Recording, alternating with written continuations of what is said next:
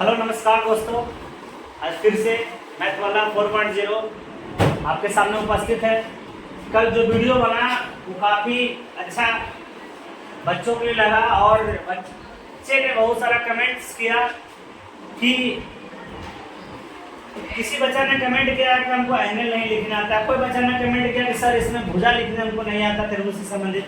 तो बहुत सारा कमेंट्स रिक्वायरमेंट के अनुसार मैंने सोचा कि आज त्रिभुज से कुछ बात करते हैं और बच्चों को समझाने की कोशिश करते हैं कि आखिरकार जो अंदर से उसकी भावनाएं थी कि क्या हमको कहा जाए, कैसे लिखना है, उसी समय तक वीडियो इसमें बन रहा है। और देखिएगा, जैसे मानते हैं कोई त्रिभुज का नाम मैं लिखता हूँ ए बी सी। कोई बच्चा क्या करता है कि angle A angle B angle C direct समझता है, एंगल ए ही लिखा था, लेकिन ऐसा नहीं है। एंगल बी डायरेक्ट नहीं लिखाता है, एंगल सी वो भी लिख सकते हैं आप। अगर आपको एंगल ए लिखना है, ध्यान से समझिएगा, इसके बाद दोबारा आपको यूट्यूब पर बताने वाला कोई टीचर नहीं है। एंगल ए को हम कैसे कैसे लिख सकते हैं, एंगल ए को हम कैसे कैसे लिख सकते हैं। मानिए एंगल ए, इसको कैसे लिख सकते हैं। पहला तो आप डायरेक्ट एंगल ए लिखिए, या इसको हम लिख सकते हैं एंगल बी ए सी, एंगल बी ए सी, या इसी को हम बी ए सी में लिख करके सी ए बी भी लिख सकते हैं, एंगल सी ए बी। मतलब सब एक ही हुआ। और आपको एक बात का ध्यान रखना है भाई मेरे, कि जो बीच में रहता है, वो ये मेन एंगल को फोकस करता है। देखिए यहाँ भी एंगल है, यहाँ भी एंगल है, यहाँ भी एंगल है। तो बी ए सी या सी ए बी आप एंगल ए को इतने ढंग से लिख सकते हैं। इसी प्रकार से अगर आपका एंगल बी बोले कि एंगल बी को कैसे लिखें, तो एंगल बी को डायरेक्ट लिखें। दूसरी बात क्या लिख सकते हैं, एंगल ए बी सी। अभी बताएं कि जो बीच में रहेगा वही मेन एंगल रहेगा, angle A B C, angle A B C. या इसको हम कैसे लिख सकते हैं, बी को बीच में लाना है, ए बी सी लिए तभी सी बी ये हो जाएगा, तो एंगल सी बी। इसी प्रकार से एंगल सी को लिखना है, एंगल सी को लिखना है। एंगल सी को कैसे कैसे लिख सकते हैं, एंगल सी पर ध्यान दीजिएगा। एंगल सी को कैसे कैसे लिखते हैं, एक डायरेक्ट आप एंगल सी लीजिए, A B C A angle B C A, या आप लिख सकते हैं सी लिख रहा है तो A C B, angle A C B. बहुत सारे कमेंट्स आए थे कि एंगल नहीं लिखना आता है। कहीं कहीं बुक में आपको डायरेक्ट मिलता है, कहीं कहीं ऐसे मिलता है, कहीं कहीं ऐसे मिलता है। बच्चा कंफ्यूज होता है, बच्चा 9th का है, समझ में नहीं आता है कि ऐसे लिखें, ऐसे लिखें, ऐसे लिखें। चाहे आप ऐसे लिखें, ऐसे लिखें, ऐसे लिखें, आपको जहाँ पे जिसका जरूरत पड़ेगा आप उसका प्रयोग कर सकते हैं। कहीं कहीं आपका एंगल ए से डायरेक्ट काम चल जाएगा, कहीं पे आपको बी ए सी लिखना पड़ेगा, कहीं कहीं सी ए बी लिखना पड़ेगा। हालांकि दोनों सेम चीज है। अब हम बात करते हैं साइड की। अब तुमको पता है भाई मेरे कि इसमें 3 साइड होता है, एक साइड है ए बी, एक साइड है बी सी, और एक साइड है एक साइड है ए सी, एक साइड है ए बी, एक साइड है बी सी। ये आपका हो गया टोटल एंगल, यानी कोण एंगल, यानी हम बोल सकते हैं कोण। अब हम बात करते हैं साइड की। साइड कैसे कैसे लिखें, साइड यानी भुजा। ये बाइलिंगुअल आपका क्लास रहेगा तो आपको प्रॉब्लम नहीं आने वाला है। आप भुजा की बात करते हैं तो भुजा इसमें 3 आपका होता है। एक भुजा आपका हो गया ए बी। आप कितना बच्चा समझता है केवल ए बी ही लिख सकते नहीं भाई, आप ए बी न लिख करके आप इसको बी ए भी लिख सकते हैं। एक ही चीज है, ए बी न लिख करके आप बी ए लिखिए। फिर दूसरी भुजा है आपका बी सी, बी सी भी लिखिए, और नहीं तो बी सी की जगह आप सी बी भी लिख सकते हैं, सी बी भी लिख सकते हैं। और आपका हो गया ए सी, ए सी लिखिए या सी ए लिखिए, बात बराबर है। आज के बाद कोई बच्चा कमेंट नहीं करेगा कि हमको भुजा नहीं लिखने आ रहा है, कोण नहीं लिखने आ रहा है। आप इस प्रकार से लिख सकते हैं। भुजा की बात करें चाहे ए और बी लिखिए या बी और ए लिखिए, बात एक ही। आप ए सी लिखिए या सी ए लिखिए, बात एक ही है। फिर अब हम बात करते हैं बी सी लिखिए चाहे सी भी लिखिए। चलिए नोट डाउन कीजिए आपने कॉपी में, उसके बाद हम आगे चलते हैं। थोड़ा सा के लिए अभी हम आपको टाइम दे रहे हैं लिखने के लिए। जैसा कि अभी इसमें हम अब बताने वाला है त्रिभुज की संगत भुजा एवं संगत कोण। इस चैप्टर का सबसे जड़ है, इसको आप अगर समझ जाइएगा तो इसमें टोटल जितना भी सिर करने वाला क्वेश्चन है वो हर क्वेश्चन बनेगा। अगर नहीं समझिएगा तो आपसे बनने वाला नहीं, एक भी क्वेश्चन आपसे बनने वाला नहीं। जैसे देखिए अब हम संगत भुजा किसको कहेंगे, किसको संगत कोण कहेंगे, अब इस पर थोड़ा सा हम आपसे चर्चा विशेष रूप से करते हैं। मानते हैं कि एक त्रिभुज आपका है, इसका नाम देते हैं ए बी सी, इसका नाम देते हैं पी क्यू आर। अब देखिए बहुत सारा बच्चा ने कमेंट्स किया कि संगत भुजा और संगत कोण कैसे लिखें, संगत भुजा और संगत कोण कैसे लिखें।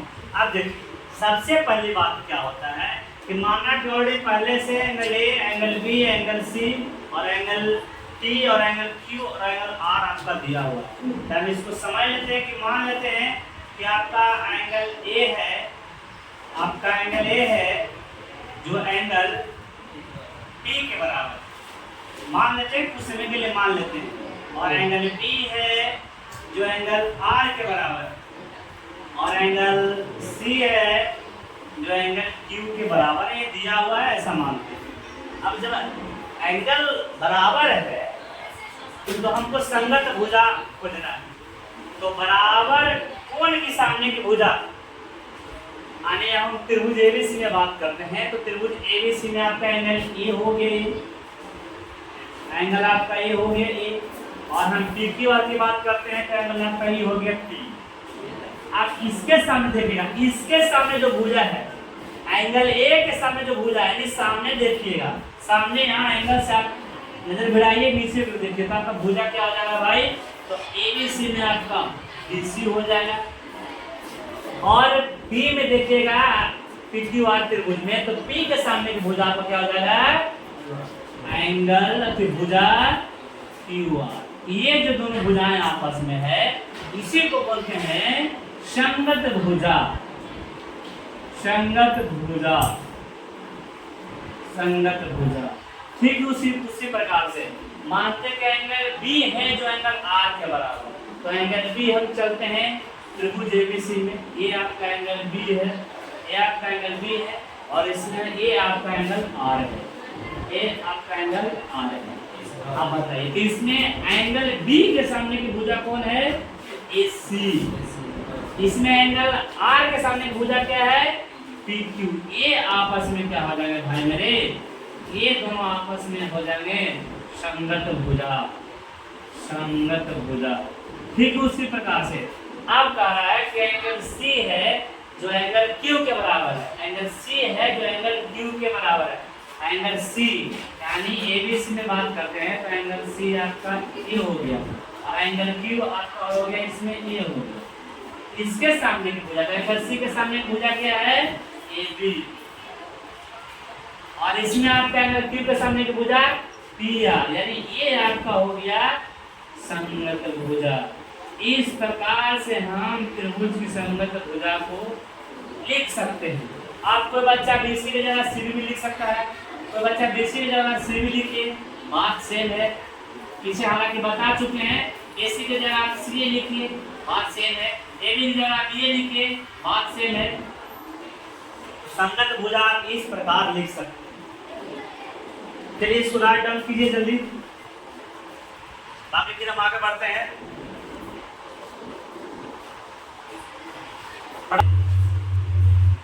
जल्दी लिखिए, चलिए अभी हम हट जा रहे हैं ताकि आपको क्लियर नजर आए। जल्दी लिखिए क्योंकि हम आपको मिटाने वाला है, ठीक है।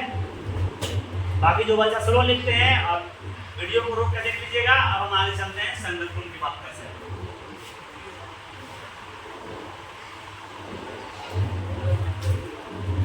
देखिए अभी हमने इसमें जो बात किया वो बात किया संगत भुजा के बारे में। अब हम बात करते हैं संगत कोण के बारे में। अब हम बात करते हैं संगत कोण के बारे में कि संगत कोण क्या होगा। संगत कोण किसको कहेंगे, कौन सा कोण आपका संगत कोण होगा। अब मान लेते हैं, थोड़ा सा फिर से फिगर बनाते हैं। जैसे त्रिभुज आपका है, एक त्रिभुज आपका है ए बी सी, ए बी सी। दूसरा त्रिभुज आपका है पी क्यू आर। अब इसमें मान लेते हैं कि आपका दे दिया है कि ए बी है जो बराबर है किसके भाई, पी आर। ये भुजा आपस में बराबर है। फिर है आपका बी सी है जो भुजा आपके बराबर है क्यू आर, और एसी भुजा है जो आपके बराबर है, एसी भुजा आपका है जो पीक्यू के बराबर है। तो कारण संगत कोण है। इसमें भी वही बात चलेगा, बराबर भुजा के सामने कोण बराबर होता है। तो हम ए बी की बात करते हैं, तो ए बी भुजा इसमें ये है, इसमें ए बी भुजा ये है। ए बी के सामने का जो कोण होगा वो एंगल सी होगा, यानी इसमें होगा एंगल सी बराबर लिखिए, या एंगल सी का संगत कोण, एंगल सी का संगत कोण, एंगल सी का संगत कोण कौन होगा। इसमें ए बी बराबर पी आर है, तो पी आर है तो आपका ये वाला एंगल हो जाएगा, यानी एंगल सी का संगत हो जाएगा एंगल क्यू। ठीक इसी प्रकार से आपका BC के सामने आपका एंगल हो गया ए, BC बराबर क्यू आर के सामने आपका एंगल हो गया P, यानी एंगल ए का जो संगत कोण होगा, अब डॉट लाइन से ऐसे लिख दीजिए, एंगल ए का जो संगत कोण होगा, एंगल ए का संगत कोण आपका एंगल P होगा। ठीक इसी प्रकार से आप AC बराबर PQ दिया हुआ है, AC यानी ये भुजा बराबर आपका दिया हुआ है ये भुजा, तो ये भुजा के सामने का कोण आपका ये हो गया, नहीं एंगल B हो गया। तो एंगल B का जो संगत कोण होगा, एंगल B का यानी AC बराबर PQ है, तो AC के सामने का कोण हो गया P, और PQ के सामने का आपका कोण हो गया R, यानी एंगल B का संगत कोण एंगल R होगा। थैंक्स फॉर वाचिंग, बाकी फिर मिलते हैं नेक्स्ट वीडियो में।